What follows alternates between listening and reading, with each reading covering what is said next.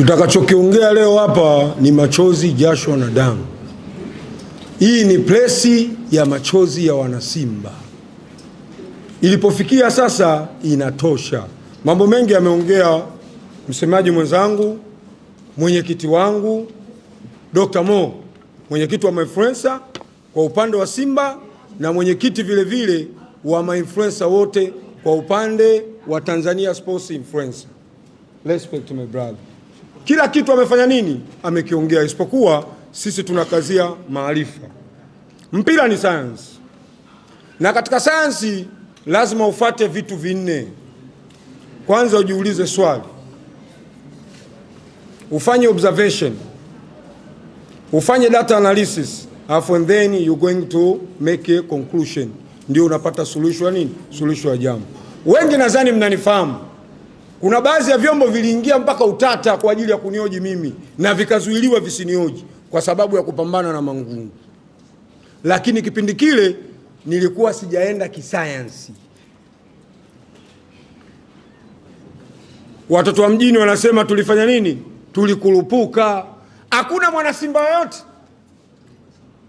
ambaye kuingia kwenye joo au blanket lilokuwa limemfunika, blanket la ubaya ambalo lilokuwa limemfunika mangungu. Hakuna. Na hakuna mwana Simba yote ambaye hakuingia kwenye kiyoyozi, chumba chenye kiyoyozi cha kumpepea mwekezaji wetu. Na ndio maana mambo mengi yalikuwa kama amefanya nini? Yamefunikwa. Lakini ukiingia, ukitumia science, ukajiuliza swali, ukafanya observation, ukafata data analysis, ukapata data zako, basi utakuwa umelipata jibu lilokuwa sahihi. Kwa hiyo wengi sasa hivi tumetoka katika mlango huo wa kuamini kwamba Simba bila ya mwekezaji wetu, sio uwekezaji, bila ya mwekezaji tuliyekuwa naye sasa, Simba haiwezi kwenda. Na hili liliwamengenya sana ndugu zetu watu wa nini? Watu wa upande wa pili, watu wa Yanga, watani zetu. Kipindi cha Manji, watu wengi waliamini Manji akitoka Yanga imekufa.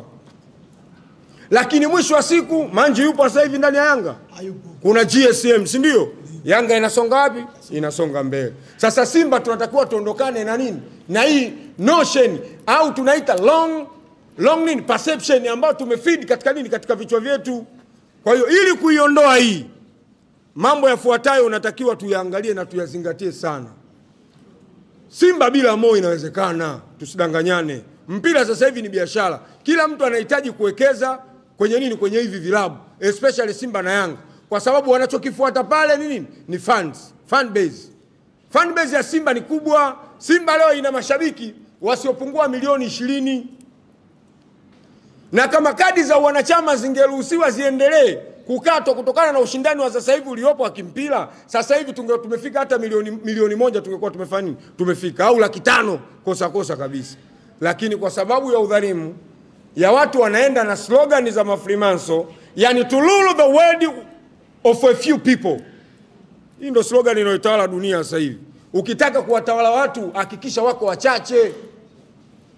Ndio ikatupelekea mpaka Simba mpaka leo, kuanzia 2017 mpaka leo hii hakuna wanachama wapya. Tumebakia na wanachama wale wale. Influencer anaitwa influencer, haeleweki. Lakini kuna watu wana new vision, wana new mission, wako pembeni mpaka leo hii hawatakiwi kupewa kadi. Utapataje wanachama waliokuwa bora? Unakuwa na wanachama ambao wanaingia kwenye mkutano mkuu, akili zao zinakuwa kwenye mambo mengine, sio katika kuijenga Simba. Mimi nawapa mfano mmoja. Kama huyu mtu angekuwa kweli yuko strong, anahitaji maendeleo ya Simba, Simba isingekuwepo hapa ilipofika. Yani Simba isingekuwa hapa ilipofika. Yani yeye kazi yake ni kulimbikiza madeni ili baadaye timu ishindwe kulipa. Sijui anataka aifanye nini, aichukue au aifanye nini. Kuongea vitu ambavyo havifai katika taasisi ya Simba.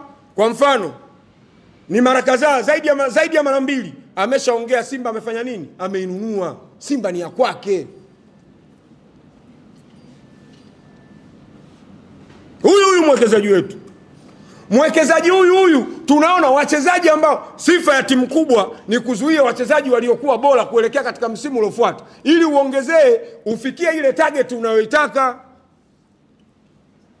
Kuna msimu 22, 21, 22, 22, 23 Simba ilikuwa na kikosi bora ambacho kilikuwa na uwezo wa kukompiti na timu yoyote barani Afrika hapa. Simba kina Mixon na Chama yeye. Lakini mwisho wa siku kachukuliwa Chama, kachukuliwa Mixon, kauzwa. Mwekezaji huyo anataka kuwekeza na mission na vision yake, anakuambia I want to brand Simba in order to compete with 5 big club barani Afrika.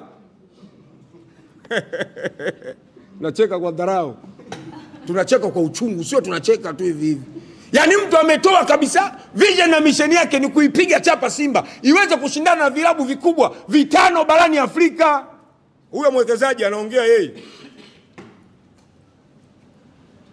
Lakini katika slogan hiyo ile timu sasa anaoijenga ili aipige chapa, wachezaji wanaosababisha timu ipigwe chapa iweze kushindana na hivyo vilabu anachukua anawapa hao anaotaka kushindana nao.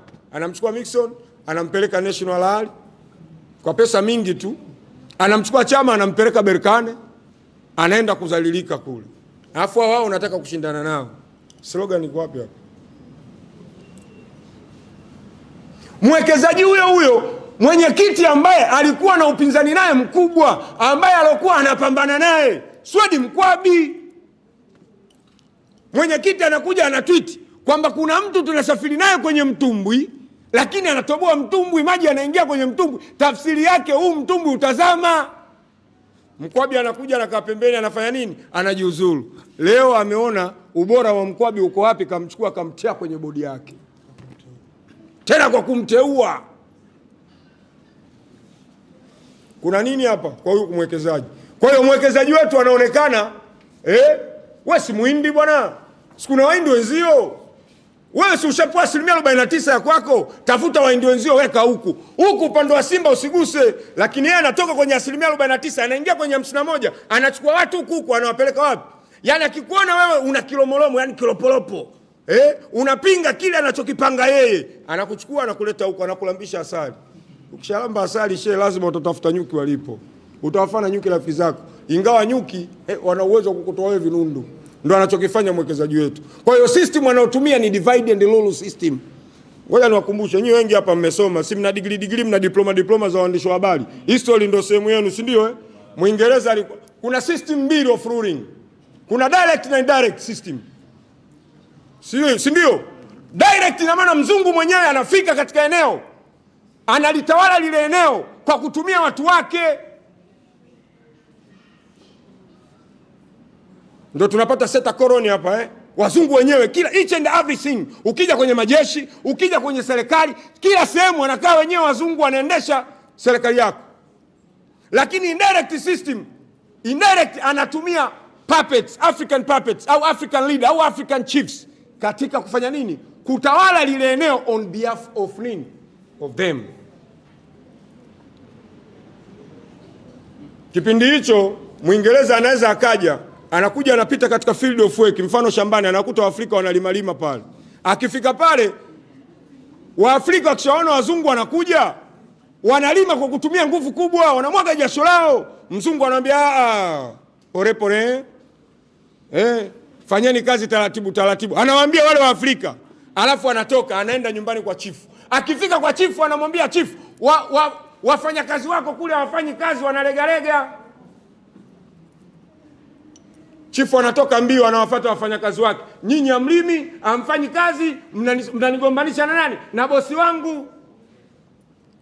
Wewe sasa ndio vajo la wale wa Afrika pale. Mwenye shamba amekuja amekwambia fanya kazi polepole. Alafu anakuja kiongozi wako, chifu wako anakwambia nyinyi amfanyi kazi. Hivi hebu wewe vajo la yule mtu pale, utamchukuliaje yule chifu wako? Utamwona mbaya, si ndio? Mzungu akakwambia lima polepole, wewe unakuja unawaambia watu walime kwa nguvu. Tafsiri yake chifu ni mbaya. Kwa nini wazungu Waingereza walikuwa wanatumia hii system?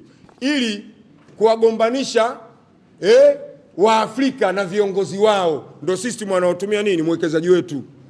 Ndio maana leo anawatoa huku kwenye upande wa Simba, anawaleta huku kwake. Tafsiri yake anajua, kama wako 20 au wako 10, nikichukua 3 au 4, nikiwaleta huku, hawa waliobakia lazima watawachukia hawa. Ni sawa sawa na baba mwenye familia ya watoto 5. Una katika watoto 5 unateua mmoja au wawili unawasomesha shule za hizi senti za kulipia. Wale walobaki wanaenda nini? Shule za kata. Wewe unafikiria unajenga familia ya aina gani hapa? Lazima hao walioenda shule za kata watawachukia wenzao waliopata elimu bora.